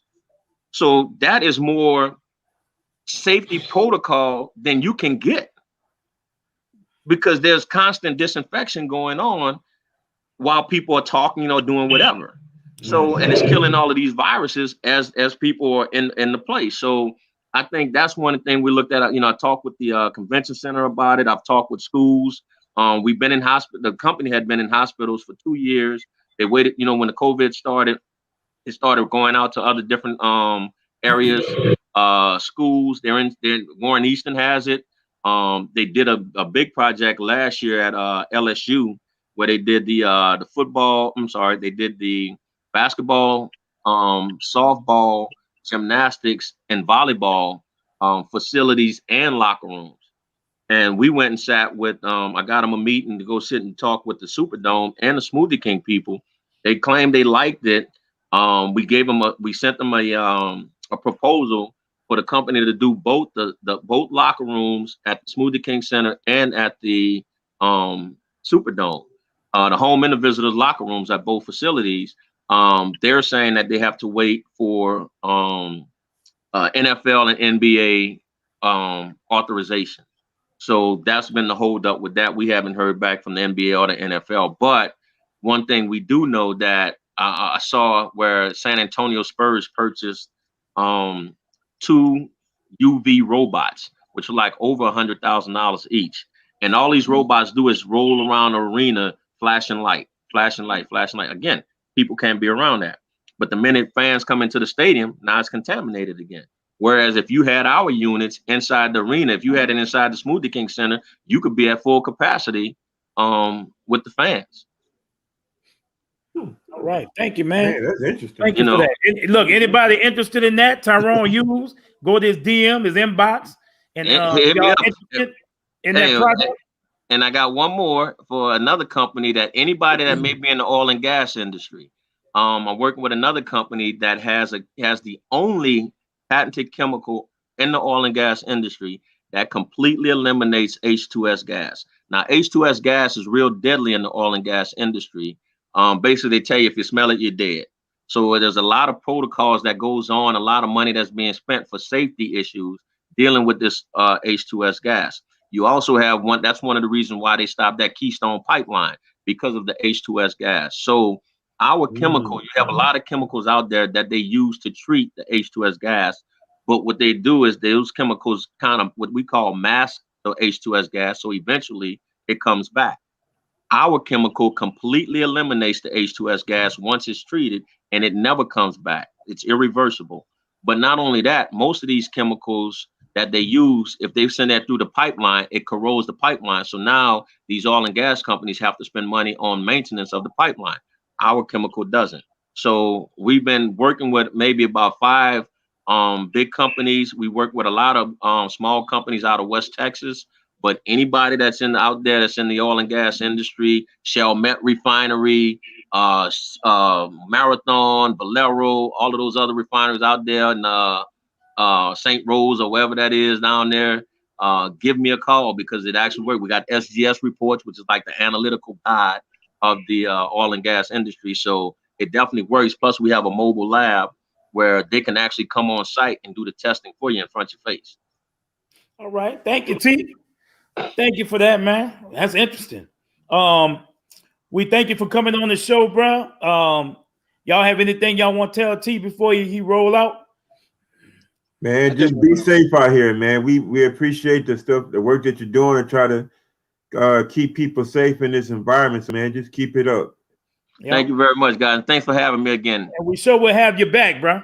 Definitely. Thank you, man. You have a good night. Thank you, all right, see y'all later. Thank you, Mr. All right, have a Hughes. good day. And I hope that they get smart and let you work with Deontay Harris, man, on that, bro. Oh yeah. Because you said you was 165 around in high school. That's probably what he is now as a professional. Yeah. So I'm hoping, hey, I'm always available to help out the players. Right. All right, Thank you, man. Thank you, All right, brother. see y'all later. Thanks a lot. All right, All thank right. you. Man, that Wow. was very informative. That was Man. very informative. Yeah, look, I felt like I was in class. Yeah, Yeah. me too. I was soaking that all in with the special You gotta team. sometimes you gotta let the guests, drive the boat, man. Oh Yeah. man, that was hey, I appreciated that. I learned a whole lot. Yeah. I wrote a lot down in my notes, I can tell you that. That's what We I was know a doing. lot. Yeah. Yeah, bro. Yeah. So, fellas, what's your opinion of what position should the Saints draft at the 28th position? First, we're gonna talk about our next topic. That's a good long question. time favorite and a long time guy that's been doing his thing forever was released, and just want to know how y'all feel about that. Morstead, punter.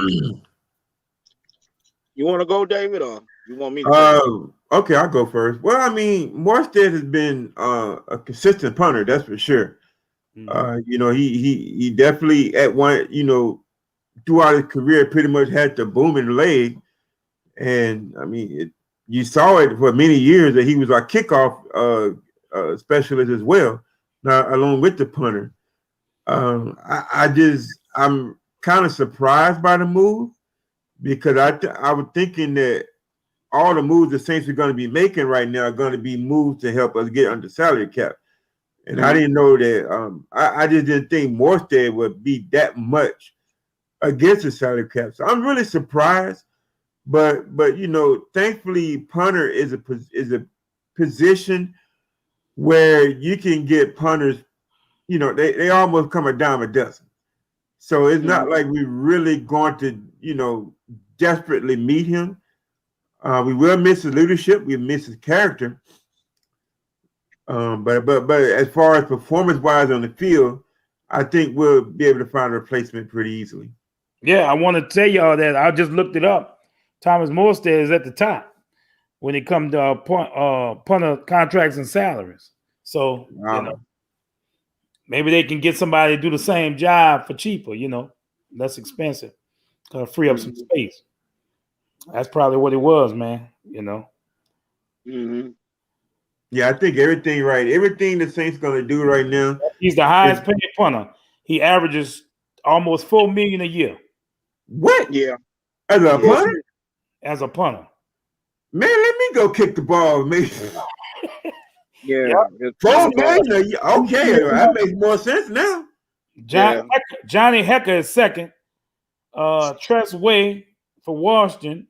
Then Brett Kern. See all these young guys. Yeah. So that's why right there. He get paid $4 million a year punting, bro. Yeah. I mean, woo, $4 million a year. And then there was some games he didn't even have to punt. Wow. Right. Must be nice. All right, so we had to be long on that discussion. But our next two guys, though. I didn't answer the question, but go ahead. Oh, go ahead. I'm sorry. Go ahead, brother. About Thomas Morstead. I seen the video, man, and I seen the emotional video, and that was, man, I like, man, and that really touched me there. But it's basically the ugly side of the business, man. It's the ugly side of the business when your paycheck don't match your production. And like the last 3 years, you can see the numbers just started declining. Plus, we in the salary cap situation that we in. And I got the numbers like right here with his averages. In 2017, it was 47 yards a punt.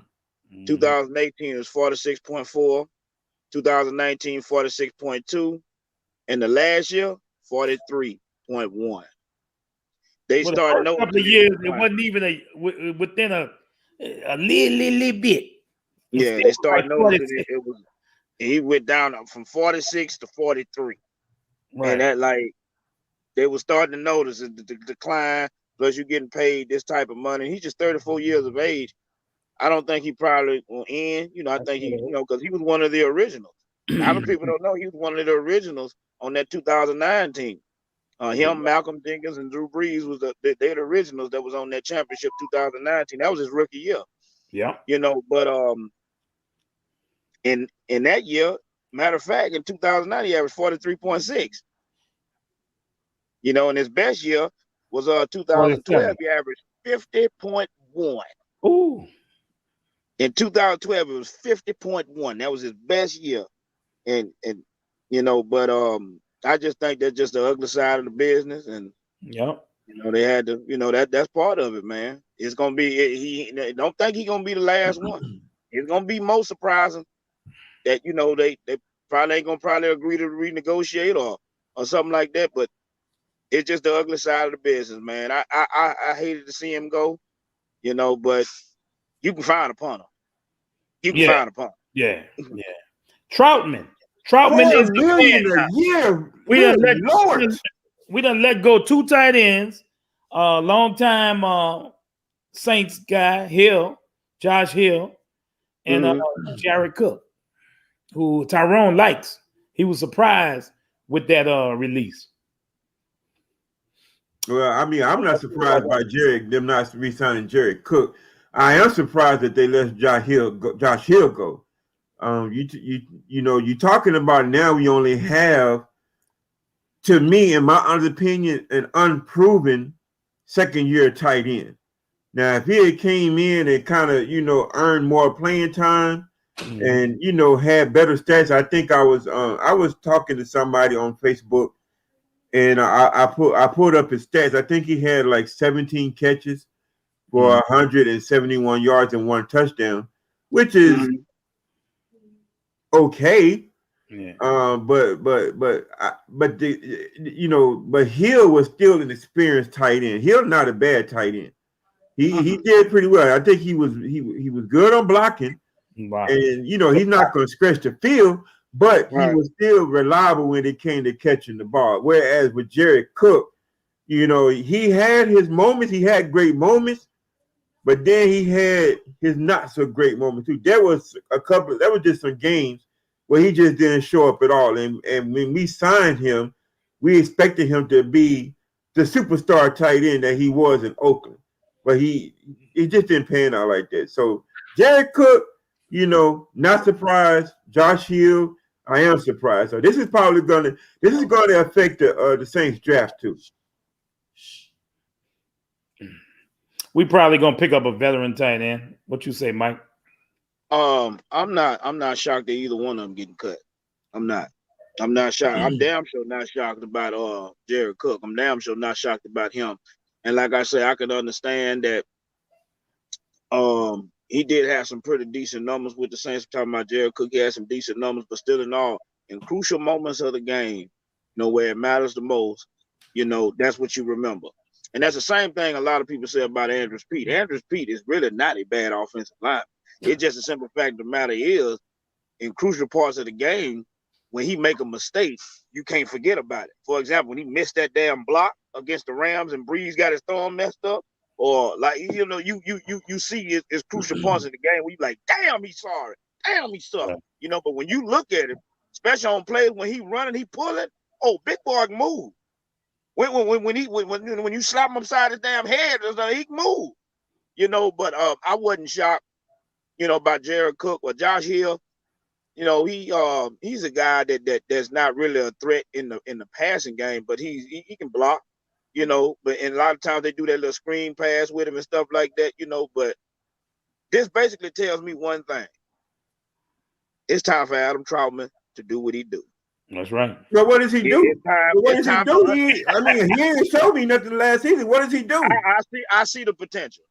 I see the where? And I know you got a tight. Hold on, Mike. You got a tight end that came from. I don't even know where he came from. Daytona Community College Technical Weldon. He didn't play getting up great competition in college. He didn't really just come wow nobody in the Saints. Where the potential at? I don't see potential. I see it. I'm telling you, the boy got Travis Kelce potential. Yep, I'm saying it right now. I see it. Yep, that's right. Yep, I said it. Damn right. Travis Kelce. That's what I said. God damn it. I say it, damn it. Travis Kelce. He can block and he can run. That's right. He can do it. And they stole on him. That's the reason why Josh Hill asked on, and that's the reason why Jared Cook asked on. Mike said we don't have to worry about tight end. We good. I got a prediction right now, damn it. 60 catches, 800 yards, and 8 touchdowns this year. That's right. I Hey, said, Robin, where you Mike, at? let me let you know. I'm like, don't go to Vegas Where pretty you at? soon. Take a bet The with next us. couple months, don't go to Vegas for the next year because you're gonna lose money thinking like ain't that. heard y'all. There ain't no way the world that man gonna have no Ain't no 60 goddamn catches. problem. Ain't no chance. That's right. Ain't no That's tight right. end ever had no 60 catches in the Saints Watch what I tell you. offense. Watch what I tell you. The boy gonna be a matchup nightmare. He's big, he can run, and he's tough. Watch it. What? The only thing that can stop him is This boy didn't even play against top-notch college competition in college. How do we know that? I see it. I see I it. don't see nothing on film that says that. Watch. Oh, I see it. Oh, trust me. If I tell you got cheese on the moon, Is this going to be a good feeling, Mike? if I tell you got cheese on the moon, get your crackers and go, goddammit. Watch what I tell you. What? Watch what I tell you. I'm talking. I'm buying this jersey. It must be some cottage cheese because there ain't no cheddar. No, baby. Oh no, baby. It's mozzarella, baby. Watch what I tell you. The boy cold. Watch. Let's move on. Let's move on. We got another Saints player that kind of felt guilty because his play just got terrible. So I guess he said, hey, the least I can do is restructure my contract, y'all, because I mean, I don't. So restructure me. As long as y'all keep me, I'm good. I need to make up for that in 2021. Lutz, he restructured. Yeah, I don't know how much he freed up, but Onyemata, he restructured. Oh yeah, I know why Lutz has restructured. Because if he didn't agree to a damn restructure, his ass gonna get the walking papers. Yeah, right. That's why his ass restructured. Because he, especially in the second half of the season, I don't know what the hell wrong with him. Either him and his woman got into it, or his church is just pregnant. I don't know what the hell happened. But Lutz, we can't have this. We cannot have this. You went from Lucky Lutz to Loser Lutz. Yeah, we used to call him Big Nuts Lutz, but now. To be honest with you, I'm surprised they re-signed him and instead of cutting him. I would have rather cut Lutz than I would Mustard, to be honest with you. But yeah, he got to tighten up though, man. I'm sorry. At least another year. He got to tighten up, man. Like I say, I don't know if it was mental issues or the COVID shit fucking with him. I don't know what it was, but all I know is something wrong. Something was wrong. But like I say, it's a kicker. Your ass can be replaced. You can be replaced. Yeah, he was missing field goals and extra points. Yeah, hey, Mike, they got a lot of kickers sitting in the waiting room waiting, huh? That don't have no job. Mm-hmm. Sitting and Get waiting. your shit together. But Sean Payton ain't having it. You seen he started working out kickers and shit toward the season. Yeah, He about to get ready to kick your ass up out of here. Don't have us go get Hartley back. Mm-hmm. Garrett Hartley. But we'll give him an opportunity this year. Maybe he was going through something. I don't know, but you give him an opportunity. He restructured, so gotta make them damn kicks. They're gonna restructure your ass up out of here. Right. He's still kind of young too, isn't he? Like in the mid-20s, 25, 26, something like that. Yeah, he's young. He's still young. A young man. He's young. Mm-hmm. But I sure want to ask that question what the guy asked about the 28th pick, what direction you believe that we're gonna go in. That was a damn good question. We didn't talk about that. How y'all feel with the first pick in the 28th draft? Where you think we will go? I already got my idea of what they're gonna pick. Basically, looking at the importance of our roster, what I'm seeing right now, I pretty much got the direction where we're gonna go. What y'all think? I think it depends on who's there.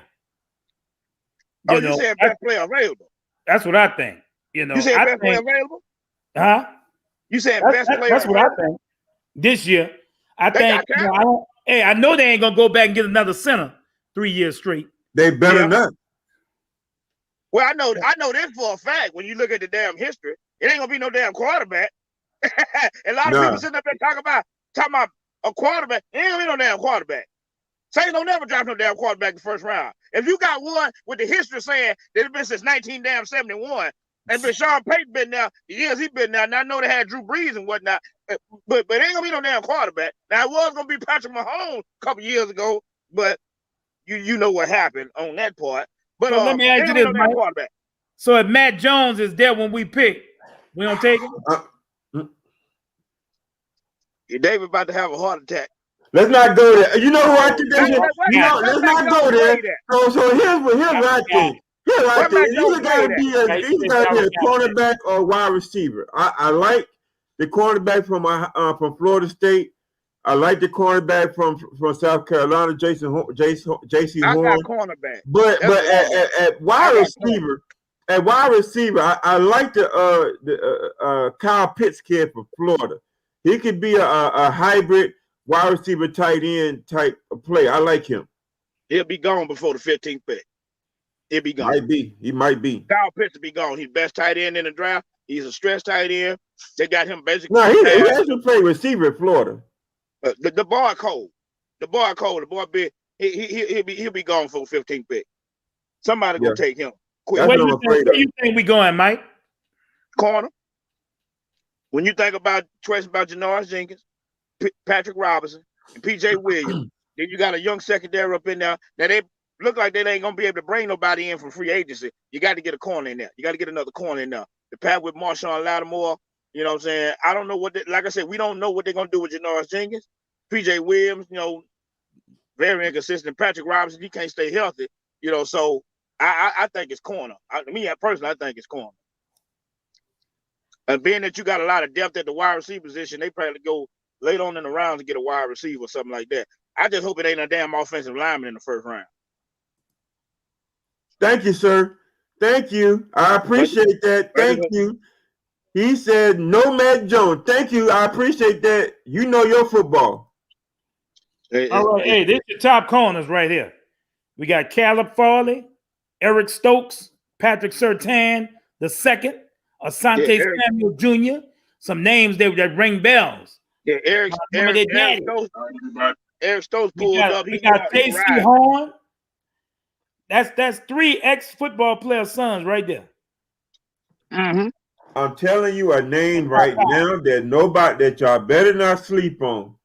Kerry Vincent Jr. from LSU. The boy can play safety and he can play corner. He's a track star. He got hands. I don't know why nobody's mentioning him, but hey, I'm gonna do my own evaluation of players before when the draft time comes, and I'm gonna get my top players. I don't know how, what, why, when, and where people that were third string water boys in high school. I don't trust them very much. I'm gonna trust my own judgment, and my judgment gonna be based on stats and film. You like Kerry Vincent from LSU? I like him. I don't think it's the first round, but I think if he's available in the third or the fourth, I think the Saints should get him. But I like the Asante Samuel kid from Florida State. I haven't evaluated all the corners, but I do like the kid from Florida State and J.C. Horn. Okay. And when I think of Patrick Surtain from Alabama, the only thing I could think of when Jamar Chase caught that touchdown pass on him and his helmet was in the ground like this. Well, that's some good receivers over there. Chase and well, if you can't hold good receivers, don't come to the NFL. Now, everybody gonna have a bad day. Come on, Dave. Man went to Alabama. Enough said. Oh Lord, man. Enough said. Come on, man. Enough said.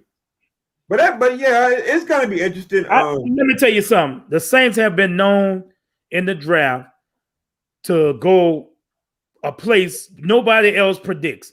And it's been like that the last 3 drafts. Y'all look at the last 3 drafts. Nobody picked who the Saints picked. Nobody. That's crazy, yeah.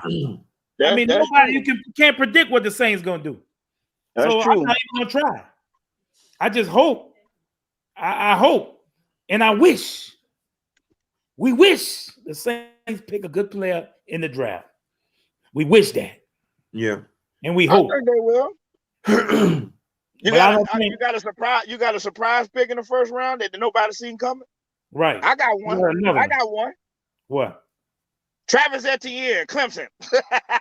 He's probably gonna be going to top 10, man. He's gonna be going to top 10. I just got visions in my head. Reggie Bush and Pierre Thomas. Etienne and Kamara. That'd be nice. Yeah, I like that. You know, it would be nice, but Etienne's going in the top 10. I'm sorry, man. He's gonna be gone. He ain't gonna go in the top 10. Travis Etienne ain't gonna go in the top 10. He ain't will going to top 10. Who gonna pick him at 10? Who gonna pick him in the top 10? Who gonna pick it? Well, I mean, you got the Jets. Jets gonna get Travis Etienne with all the problems they got. Well, no matter whoever they pick, they still gonna have a problem. That's probably gonna be the best player available because Trevor Lawrence is probably gonna be a top 10. He's gonna get picked in the top 10. I beg to differ. He will get picked in the top 10. No, we're gonna go do this right now. Jacksonville got the first pick. Jacksonville gonna pick Travis Etienne at number 1? No, they probably gonna go quarterback. I don't know. How about the Jets? Number 2. They could possibly pick him. You stop it. I mean, think about who the Jets got a running back right now. You stop it. You stop Who the Jets got a running back right now? But you think they're gonna pick Travis Etienne number 2 overall? Man is a game breaker. He is a game breaker. You don't think they won't pick him? What got more value? Wide receiver, running back. It depends on your offense that you run. That's question. That's question. That's question. It has been shown in the NFL that you can get value at the running back position in the 3rd, 4th, and 5th round. It has been shown. It's been shown you get wide receiver. It's been shown you at any position you get value late in the round. It doesn't matter. You get value no matter what position. Alvin Kamara showed you that, Dave. Exactly, 3rd round. There's not too many wide receivers that you pick late in the round. Now you got some. Don't get me wrong, but those 1st round wide receivers like Jamar and all, man, come on, man. Come on now, David. Okay, okay. Look at it like this. But besides Trevor Lawrence, besides Jamar Chase, besides Devontae Smith, who else is dynamic coming out of college? Besides Travis Etienne. Name some players other than those 3. Travis Etienne ain't gonna be the first running back taken. It's gonna be Najee Harris. Well, I feel sorry for the South Suckers that pick him. I feel sorry for the South Suckers that pick him. Why are you talking about Najee Harris? Why are you not talking about it? Don't worry about what you're talking about. We're talking about Travis Etienne. The man is a dominant running back. He is a Kamara type running back. He will get picked in the top 10. Etienne is not going to get picked in the top 10. Watch Travis Etienne yes, he will be. Undersized for that position. They don't believe that he is a featured back in the NFL. He is more of a guy that has to be a complementary back with a back, with another running back, like Alvin Kamara. Got to be with it. Don't when you can share the load, not have a full load, or his ass going to end up like Christian McCaffrey, broke up. You know what I'm saying? And you ain't gonna. There's no way in hell that you're gonna pay a top 10 pick on a complimentary back. Oh hell no. I disagree. I disagree because Etienne is proven that he got size and strength. Now, is he big and powerful like Leonard Fournette? No, but he's still a dynamic player. And I would pick him in the top 10. If I kind of had a need for a running back, I'll pick him in the top 10. You don't believe that? Oh, yeah, I believe it. I do believe that. You don't believe that? There's no way in the world you ain't gonna pick. You're not gonna pick Travis Etienne in the 1st round. Oh yeah. You're gonna be a top 10 pick. Why would I tell you? Hold on a second. Let me see. Let me get to my phone. I'm gonna look at the picking order right now. Look. Let me tell y'all something. I'm looking at my draft here, David. And this mock draft, you got Jacksonville with Trevor. You got the Jets with drafting Justin Fields. You got Miami going for Devontae Smith, wide receiver. Yeah. Atlanta, Zach Wilson, quarterback. They're getting rid of Matty Ice. Cincinnati Bengals, Penny Sewell, offensive tackle. From Oregon. That's right. They got to protect my guy. Philadelphia Eagles, Kyle Pitts. Yes. I believe they getting receiver. Detroit. I think they getting receiver. Detroit, Jamar Chase. He ain't gonna fall to there. Carolina, Trey Lance. Who? Trey Carolina Lance, quarterback out of North Dakota State. I can believe that. North Dakota State. North Dakota. Here we go. Here we go. Picking all these players that went to all these community colleges. Running back here right There's there. no top competition.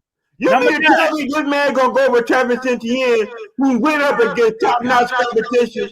They played in the national championship game twice. Come on now. We We can get talking it. about the quarterback. We talking about the quarterback position. I bro. know who traded. I know who the last kid is. I'm just messing around. But come on now. Carson Wentz came from North Dakota State. And is he good? Yeah, he good. Why Yeah, you let a rookie beat him out then? He's not bad. As a matter of bro. fact, a rookie that one time played Alabama, that makes it 5 times worse. Look, at number 9 for Denver, we got Micah Parsons, linebacker, Penn State. Dallas, they going for offensive tackle. They're not going for no linebacker. Sean They got Vaughn Miller and Bradley Chubb. They're not going for no damn linebacker. New York Giants, Jaden Waddle, wide receiver, Alabama. That could be. Suckers. San Francisco, Khalid Farley, cornerback. He's Number not falling that 15, far.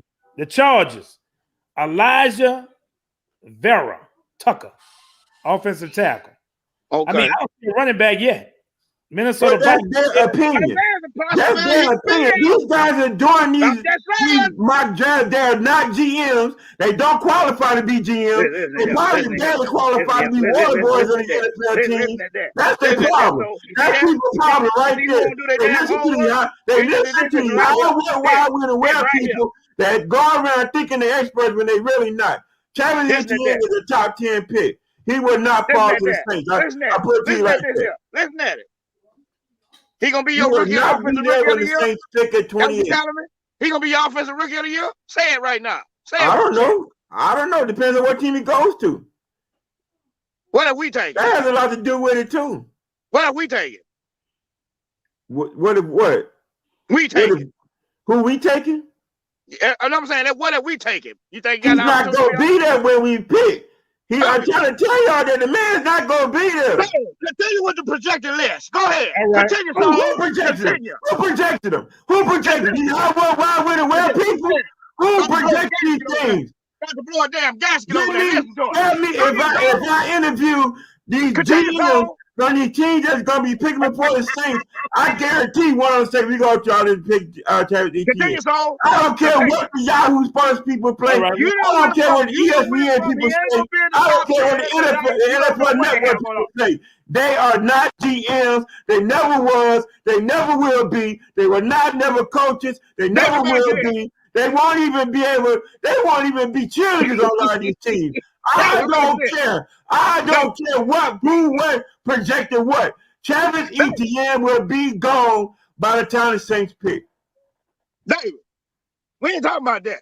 You said top 10. Okay, maybe I'm exaggerating a little bit, but he will not be there at 28. Do you think somebody gonna trade up to get him in the top 10? They gonna I trade don't up know. to Maybe go? somebody will. I don't know. But Travis Etienne is just too dynamic of a player. I mean, if anything, I can compare him to Reggie Bush. I ain't disagreeing If Reggie with that. Bush can go number Number 2. He went number 2 overall. Travis Etienne can go top 10 because they are just that good. It's a different style of game when Reggie played than what it is now. And they realize that you can get value out of that position in the later round. There's no way Etienne is going to be there with the Saints pick. Travis Etienne, if he would have came out after, and even if he is, we won't pick him anyway because we're gonna need this season. His junior year is a possibility he would have been a top 10 pick, but he stayed at school. He stayed. Okay. During a pandemic year, that hurt it. Travis Etienne ain't gonna be in no damn top 10. Travis Etienne probably ain't gonna be in the first round. That's crazy. Okay, you want me to finish, Mike? Mike, you want me to finish? It sound like the why when and where people says talking like that. All right, we got New England getting J.C. Horn. Damn. New England Patriots. Damn. Arizona at 16. Huh? What number that was in New England? 15. Damn. Still no Etienne. Keep going. What did I tell you? 17. He's not going to be there when the Saints pick. Go ahead. What did I tell you? Okay, I got it. Pick 18, Miami Dolphins, Najee Harris. Damn. Suckers. Look like that's the number one Hey, quarterback. I'm gonna put it to you like this. If the Miami Dolphins pick Najee Harris, they already hold on, Mike. If Miami Dolphins pick Najee Harris, they're gonna be the stupidest fools in NFL history. You already drafted the overrated quarterback, one overrated quarterback in Alabama. You already drafted Tua Waka for Alabama, and then you gonna come right back to draft another Alabama player. They won't even sniff in the next 15 years. Y'all see that? Who they got the Saints picking? Who? What I does that? can't see that. Mac Jones. They crazy. Yeah, You need to get away from that Mac right now. Jones at They're 28. doggone idiots. Man. No, continue with the you got the Dolphins with an 18. Go ahead, 19. Let me hear what they got projected. Let me hear. All right. And Let's see. hey, all the people that are watching this show know the key word is projected. Christian Darrisaw, offensive tackle for Washington. Chicago with the 20th pick got Kadarius Toney, wide receiver. No Travis Etienne. Indianapolis Colts got Greg Newsome, cornerback. Damn, no Travis Etienne. Pick 22, Tennessee Titans got Jalen Phillips. Damn, no Travis Etienne. Pick 23, New York Jets, Ronnie Perkins. Damn. I don't know who that is. He must be a second rounder because he ain't nowhere in the first. Keep going. That's their opinion. What counts is with GM and the head coach. That's what counts. Not these guys that went to school to learn how to write a paragraph. Their opinions do not count. It's the GM and the scouts and the head coaches. That's whose opinions count. Travis Etienne will not be there with the Saints pick. David, what you not understand, I'm not denying that the man will not be talented and will not be an impact when he come on the team. But when they look at you as a guy that don't have all your meat and potatoes, that you is just basically a specialist, your ass ain't getting picked in the first round, bro. Specialist? Oh, hell no. A specialist? Oh, no. I could have said the same thing about Reggie Bush, but he went number 2 It was overall. a different game back then when Reggie was there. We got him, you know what I'm saying, because he was great. He was a Heisman Trophy winner, this and that, you know, but he could sell tickets. You know what I'm saying? He brought excitement, you know what I'm saying, what he could do and all this other stuff, but he never was looked at as a full-time back. And that's why part of the reason why he left. See, you're contradicting yourself now. So Reggie Bush can't be a full-time back, and that's number 2. Etienne can't be a full-time back, and that's in the first round. I just said it was a different style back when he was playing. Than what and you want to know the difference is? Nowadays, these offenses are using running backs in the passing game. Look at Alvin Kamara. Look at Christian McCaffrey. You got Alvin Kamara in the third round. Okay, well, hey, we how Christian McCaffrey did last year? He was hurt most of the year. Why was that? I don't know. Maybe because they thought he was a full. He might have slipped on the banana field or something. I don't know. They thought he was a full-time back, and they broke his ass up. That's why. Nah, Travis Etienne. Listen to this, Mike. Travis Etienne is too dynamic to not be. I'm not denying that. But the boy ain't got enough meat and potatoes. What you think about this, Mike? Back. They say Etienne's NFL comparison. There are several popular comparisons out there for Etienne, but the player that Travis Etienne compares to most is New Orleans Saints superstar Alvin Kamara. They have comparable size and share similar elite traits, such as the speed, acceleration, and contact balance they bring to the table. I think Etienne is faster. You think that?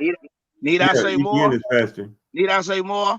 But that's their opinion, Mike. That's their opinion. Like I say, these are newspaper article writers.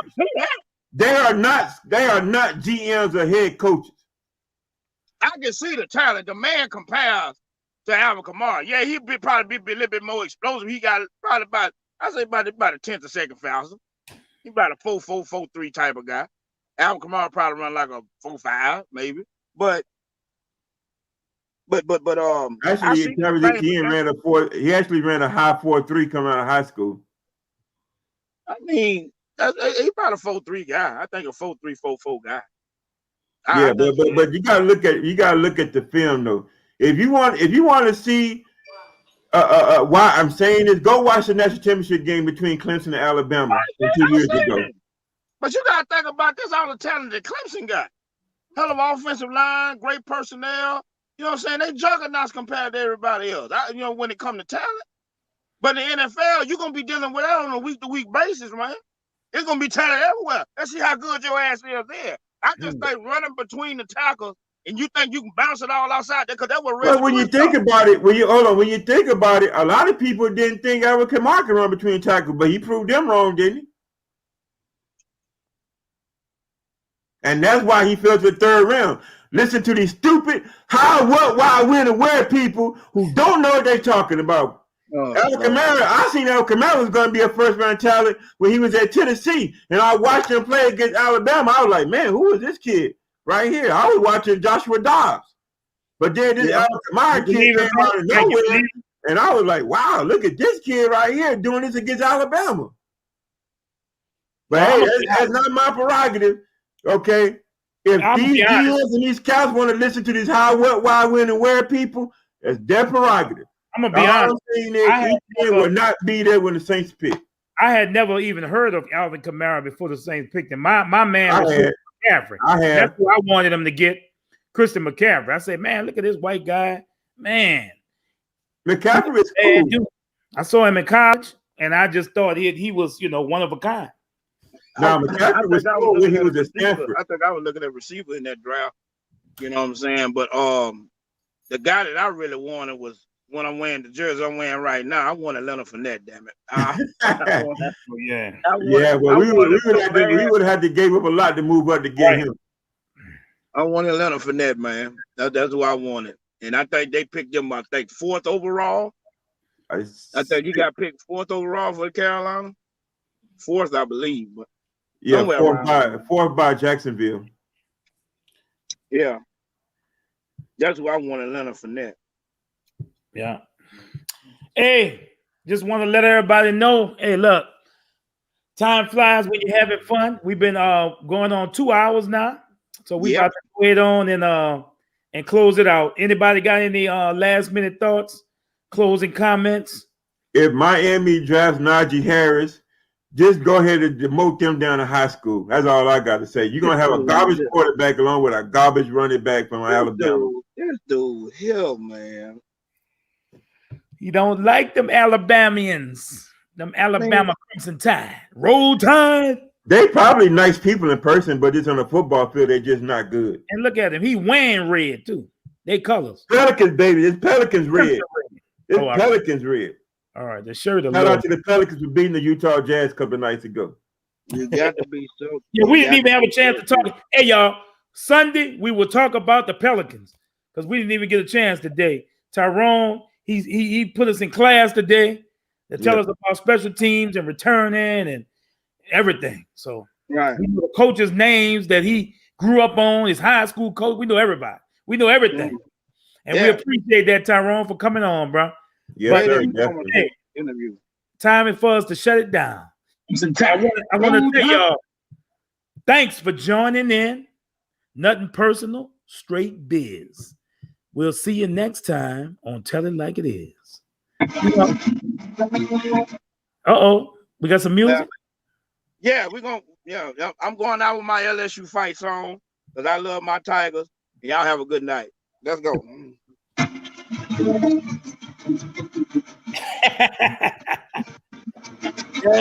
Go Tigers. That's how the band goes. They not such a Grambling. Fight, fight, fight, fight.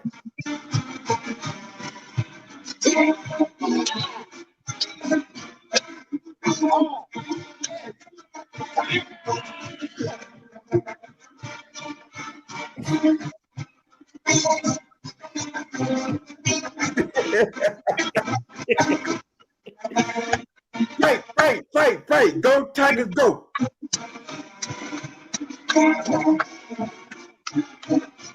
All right, everybody. Thanks for tuning in. Everybody have a good radio. For Mike.